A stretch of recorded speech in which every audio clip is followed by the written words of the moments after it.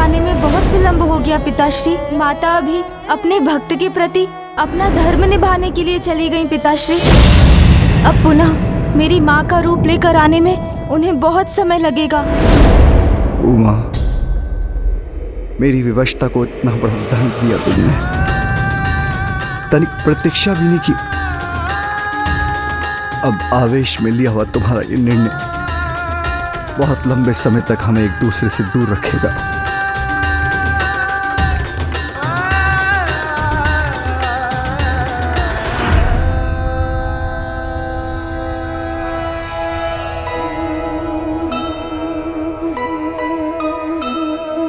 कैसी असहनीय दुख की ये बेला,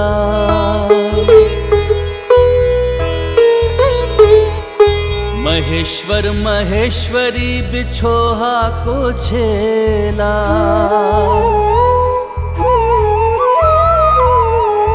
अश्रु में समाहित है जिसके जलधि सारा, कर सकती है जल थल जिसकी एक धारा।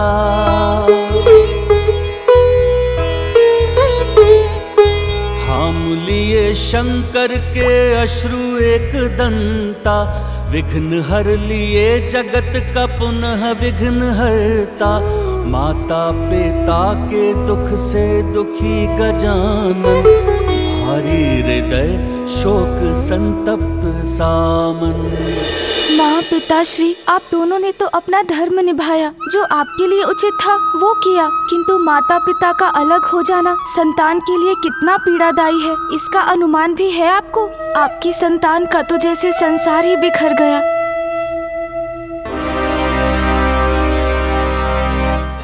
गणेश जी,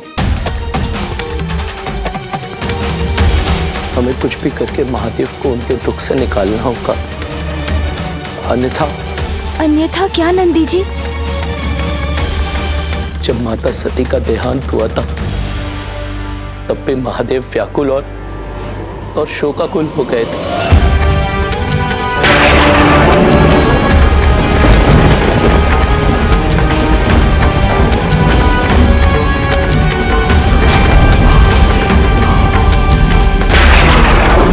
जब ने तांडव का रूप लिया तो पूरी सृष्टि में विनाश ही विनाश होने लगा।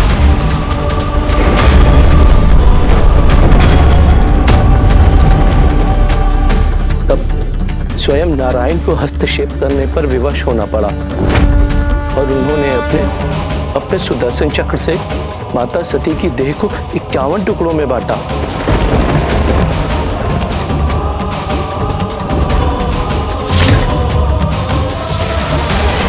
जिनके पृथ्वी पर आने से वहां 51 शक्तिपीठ स्थापित हुए।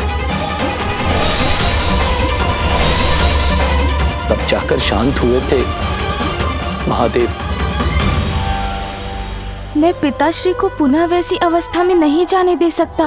अपनी पीड़ा भूलकर मुझे माँ की अनुपस्थिति में पिताश्री का ध्यान रखना होगा। चलिए।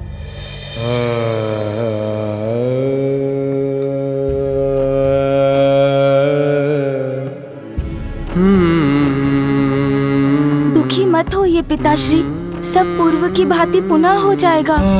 माँ लौट आएंगी।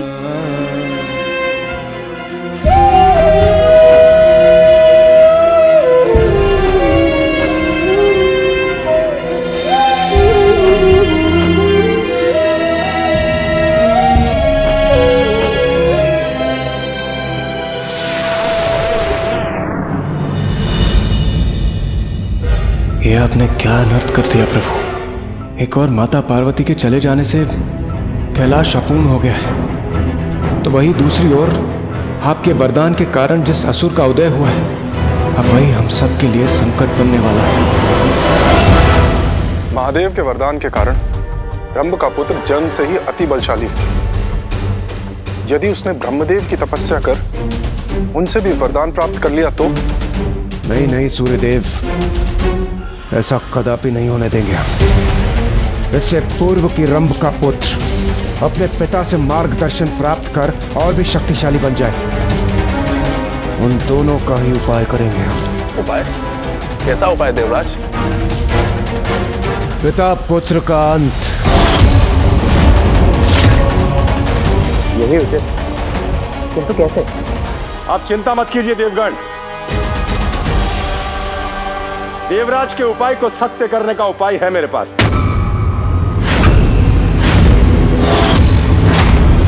आरंभ कैसा भी हो, परंतु प्रत्येक जीव का अंत मेरे ही अधीन है। मैं अपने वाहन महिष को भेजकर छीन लूंगा पिता और पुत्र का जीवन।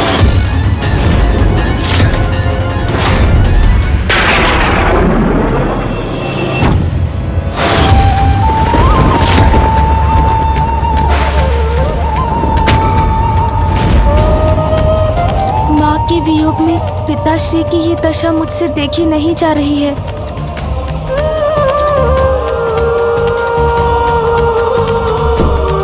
पिताश्री। पुत्र गणेश, मेरा त्रिशूल कहाँ है? यही है आपका त्रिशूल, जहाँ वो सदा होता है।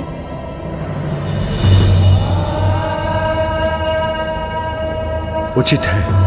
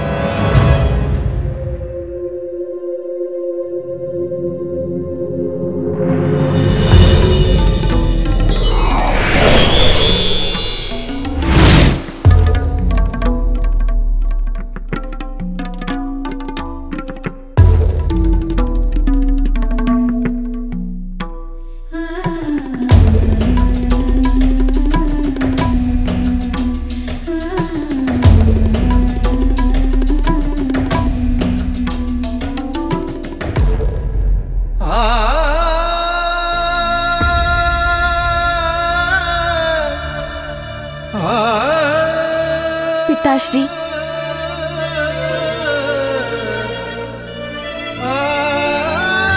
आइए मेरे साथ।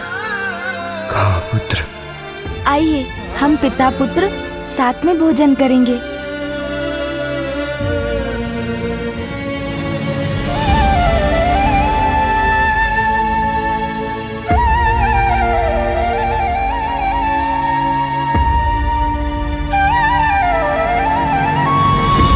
उमा, कैलाश में, इस भवन में जहां देखता हूं वहीं मेरी उमा की स्मृतियां उभर कर मुझे दुखी कर रही हैं। जिसका साथ मुझे चाहिए वो मेरी उमा यहां नहीं है, और किसी का भी साथ मुझे संतुष्ट नहीं करेगा। इसलिए अभी मुझे अकेला रहने दो पुत्र। पिताश्री, मुझे माता को पुनः लौटाकर लाना ही होगा।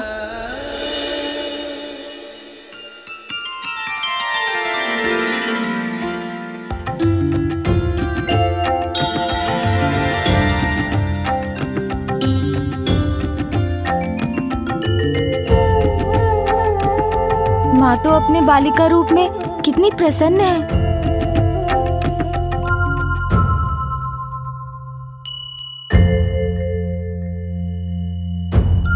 कौन है वहाँ? यहाँ आओ।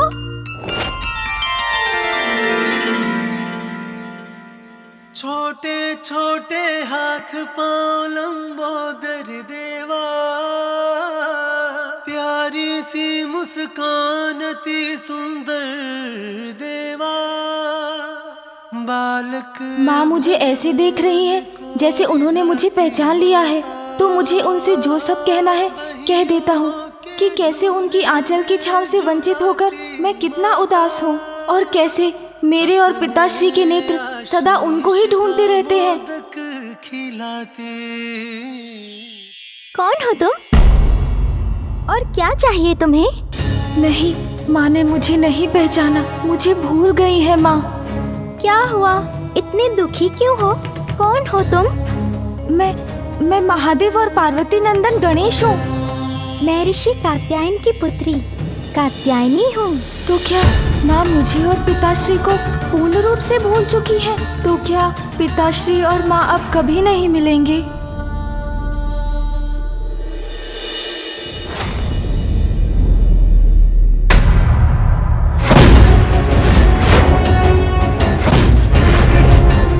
ऐसे दांव लगाते हैं महिषासुर? लगाओ दांव।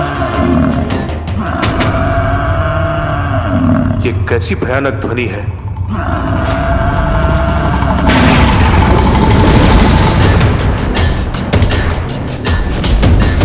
ये कौन आ रहा है यहां?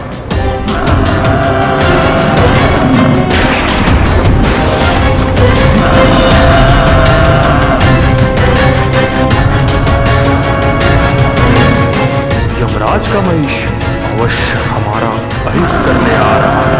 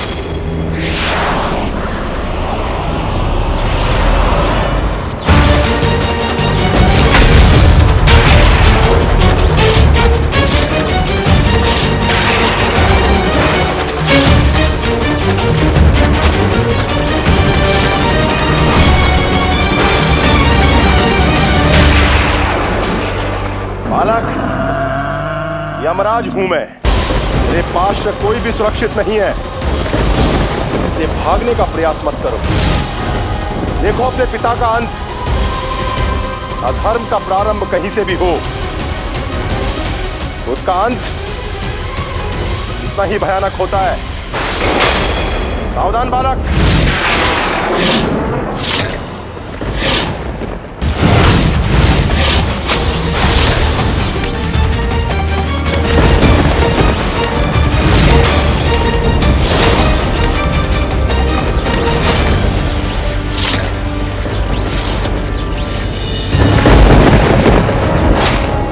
अनुचित नहीं, किंतु यह बालक अभी अत्यंत ही छोटा है।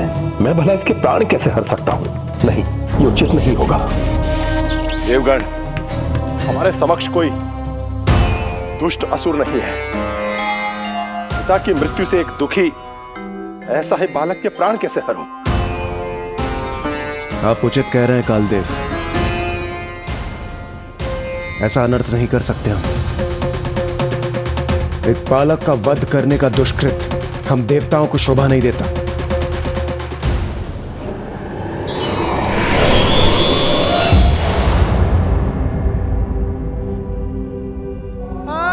पिताश्री,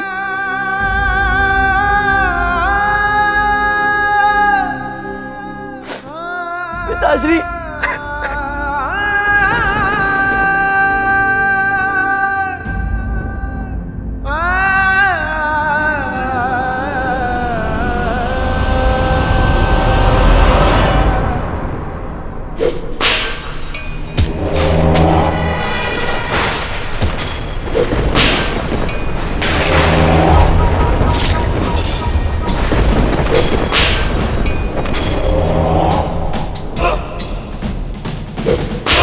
सावधान देवताओं, सावधान। कांटा छोटा हो तो क्या हुआ, वन पर कष्ट वो भी देता है। मुझे जीवित छोड़कर बहुत बड़ी भूल हुई है तुम सबसे, बहुत बड़ी भूल हुई है तुम सबसे, बहुत बड़ी भूल हुई है तुम सबसे। अब मैं तुम सभी को नहीं छोड़ूंगा। प्रतिशोध लूंगा मैं अपने पिताश्री की हत्या का।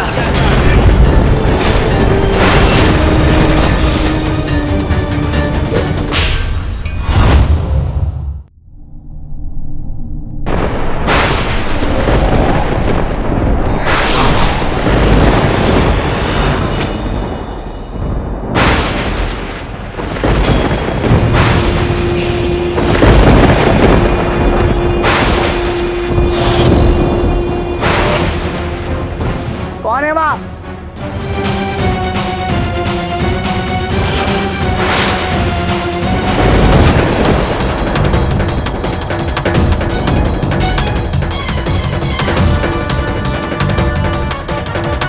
अब देवताओं के पछताने का समय निकट है। मुझे डराने आए हो या मेरी सहायता करने? कौन है आप? अपना परिचय दीजिए।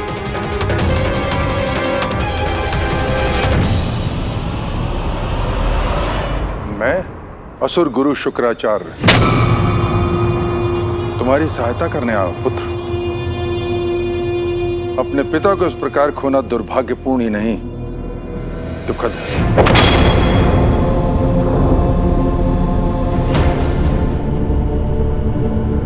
जो हो गया उसका शोक मनाने से क्या लाभ है गुरुदेव?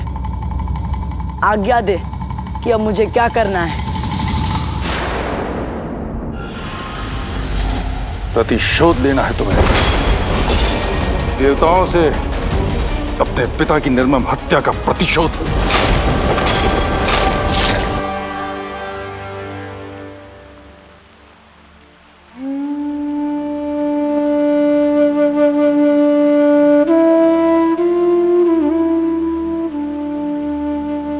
अत्यंत ही आहत हूँ इस बात से कि माँ मुझे ही, अपने पुत्र को नहीं पहचान रही है। मैं तो यहाँ माँ से भेंट करने आया था, किंतु अब मैं कहाँ जाऊँ? कैसे पिताश्री से माँ की पुनः भेंट करवाऊँ? पुत्र गणेश। माँ।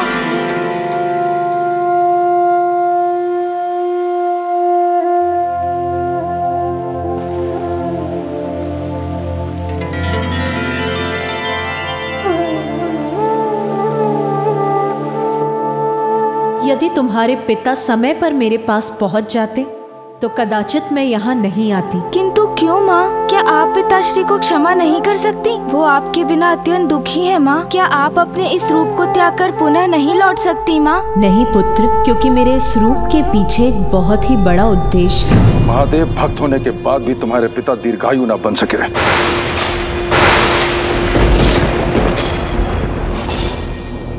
स्मरण रहे पुत्र, स्वयं महादेव के वरदान से जन्म लेने के कारण अत्यंत बलशाली हो तुम। इसलिए देवताओं से अपने पर हुए प्रत्येक अन्याय का प्रतिशोध लेने के साथ त्रिलोक पर असुर राज भी स्थापित करना है तुम्हें। प्रतिशोध लेने में मैं कोई विलंब नहीं करूंगा गुरुदेव। तुम वीर हो, स्वयं को प्रतिशोध के लिए तैयार करो। अपने क्रोध की ज्वाला को अपने भीतर जलाए रख, स्वयं को और योग्य बनाओ। ब्रह्मदेव का तप कर ऐसी शक्तियां प्राप्त करो, देवता भी तुम्हारे सामने थर थर कांपे।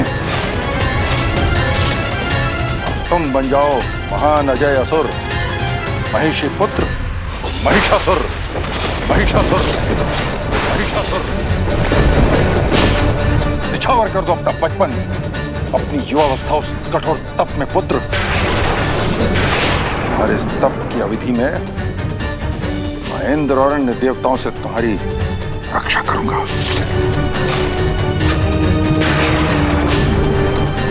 अपना प्रतिशोध लेने के लिए यदि मुझे सहस्त्रों वर्षों तक तप करना पड़े तो वो भी मैं करूंगा गुरुदेव।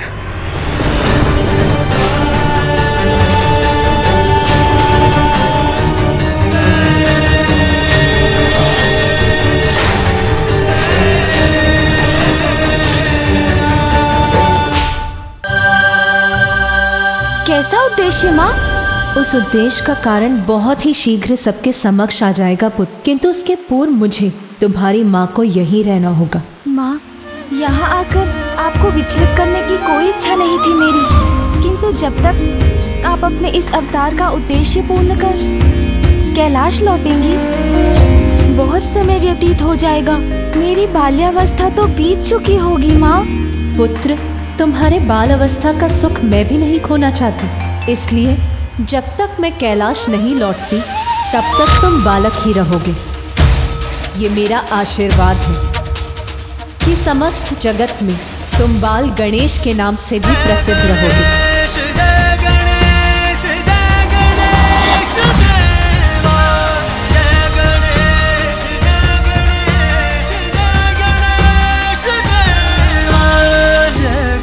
अब तुम जाओ पुत्र, मुझे अपने इस अवतार की मर्यादा पूर्ण करने दो।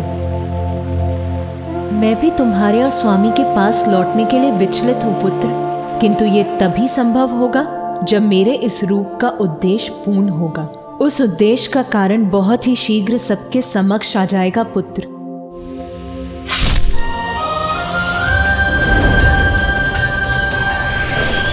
प्रतिशोध की भावना किसी भी परिस्थिति में अनुचित है।